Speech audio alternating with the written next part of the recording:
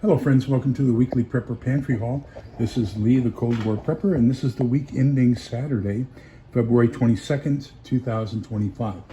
Tomorrow is the 189th anniversary of the arrival of General Santa Anna and his troops and beginning the surrounding of the Alamo in San Antonio.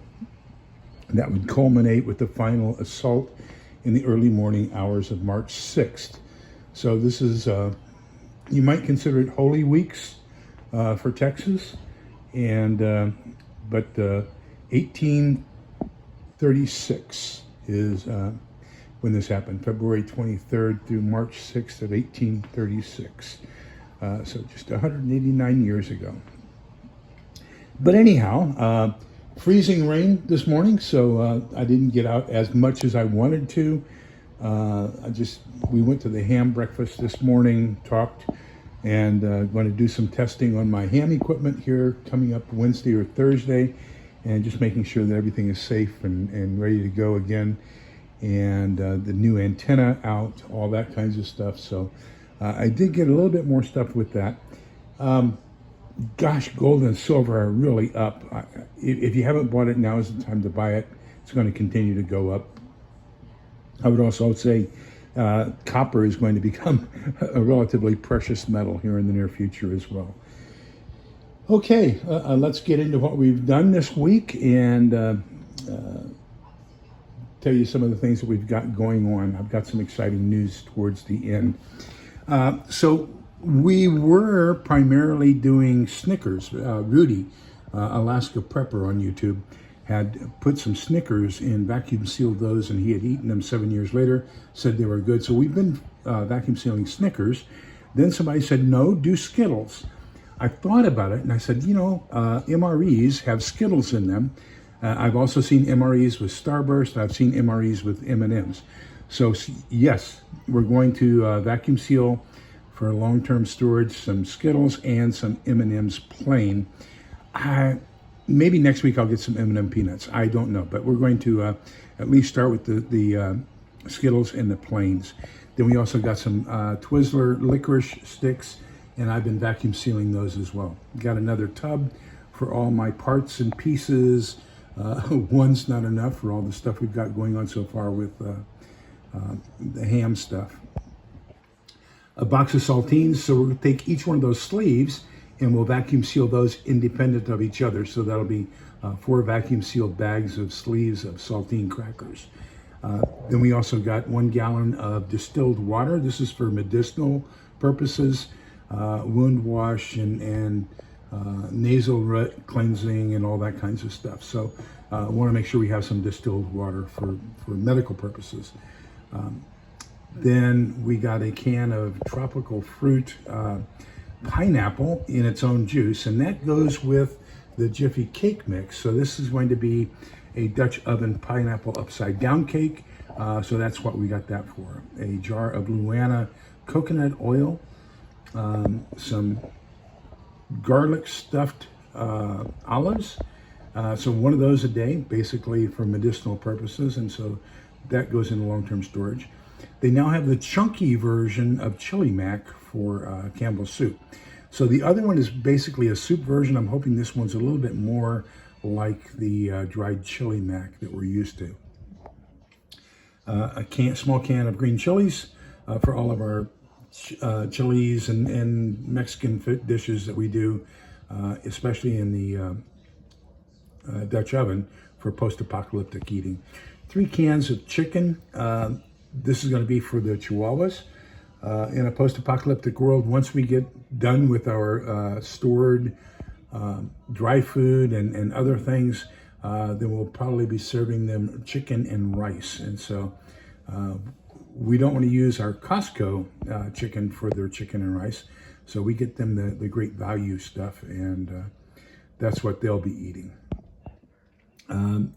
Cannot find chili mac in the hamburger helper anywhere, but I did pick up a beefy taco. This easily mixes with all of our freeze-dried ground beef, so that's going to be something to look forward to. Stovetop dressing, we like that. The savory herbs, we really like that with chicken, and so that's going to be vacuum sealed and be set aside. So both of those will be vacuum sealed. Of course, a Jiffy cake mix for the pineapple upside down cake, that'll be vacuum sealed. Then a new package of the small packets of Kleenex for facial tissues, and that goes into our stash there. We opened up the last package that we had in storage here when we went to a trip Thursday. A new camera, and hopefully that'll make things a little bit better. Then we also got some shrimp bouillon, some sugar-free lifesavers, 2 of the 3 components for the Native Americans way of planting items. And so we got the sweet corn and the squash, and now I need to find the pole beans that I want. And the Native Americans called that the 3 sisters. So the squash provides ground cover and kind of a mulching for the beans and the corn. The corn stalk provides a trellis for the beans. And then they have a symbiotic relationship as far as what they extract from the soil, as far as nutrients and what they put back into it. A grounding cable and a grounding rod rounds up everything that we got for this week. I added 2 new decals to the backboard. Bought one at the Country Western Museum in Brady, Texas on Thursday. It says, "Make America John Wayne Again." And then we had lunch Thursday in Llano at one of my favorite barbecue places, Cooper's. And when I go there, I always order the pork chop. It's probably about 1.5 inches thick, but more than you can eat, you have to bring it home. So we went to Llano and to Brady on Thursday and had a really great time. So this is going to be posted, or at least the link to this will be posted in a new group. I was selected by YouTube to try their new AI system on how to make your videos better, and it says that the haul videos are highly liked. But it also recommended I do an introduction to prepping. So we'll probably begin that here very shortly. It's given me a recommendation as far as an outline of overall things to discuss based off of what people, the viewers, have liked so far. Now remember, I started this during the Cuban Missile Crisis, so 62 years ago, and have been doing this for a while. That means that my hauls are not necessarily the same as what you should be getting, because, you know, Helen wants me to even reduce the amount that I have, and so she can have one of the bedrooms back. But she said part of the house. We'll probably start working on introduction to preparedness, and we will be winding down and using some of our stuff and not replacing it as we go into the future, just so we can get a little bit of room and maybe have a guest or 2 over at some point, the grandchildren especially.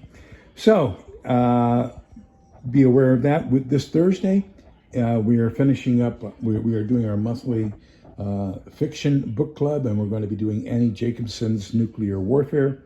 And then Wednesday, we're finishing up our nonfiction book club book for this month, for this duration. And then in March, we're going to start what happens. The new book is going to be Grid Down Situation by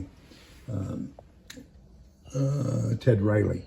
So we have our nonfiction book club every Wednesday at 8 p.m. We have our fiction book club the last Thursday of the month at 8 p.m. So join us for those. Everybody take care, stay warm, and avoid the freezing rain. Remember, this is Lee, the Cold War Prepper. Remember that we're all in this together, so we can come out the other side together. Please be kind, polite, and respectful to each other, because togetherness is the key.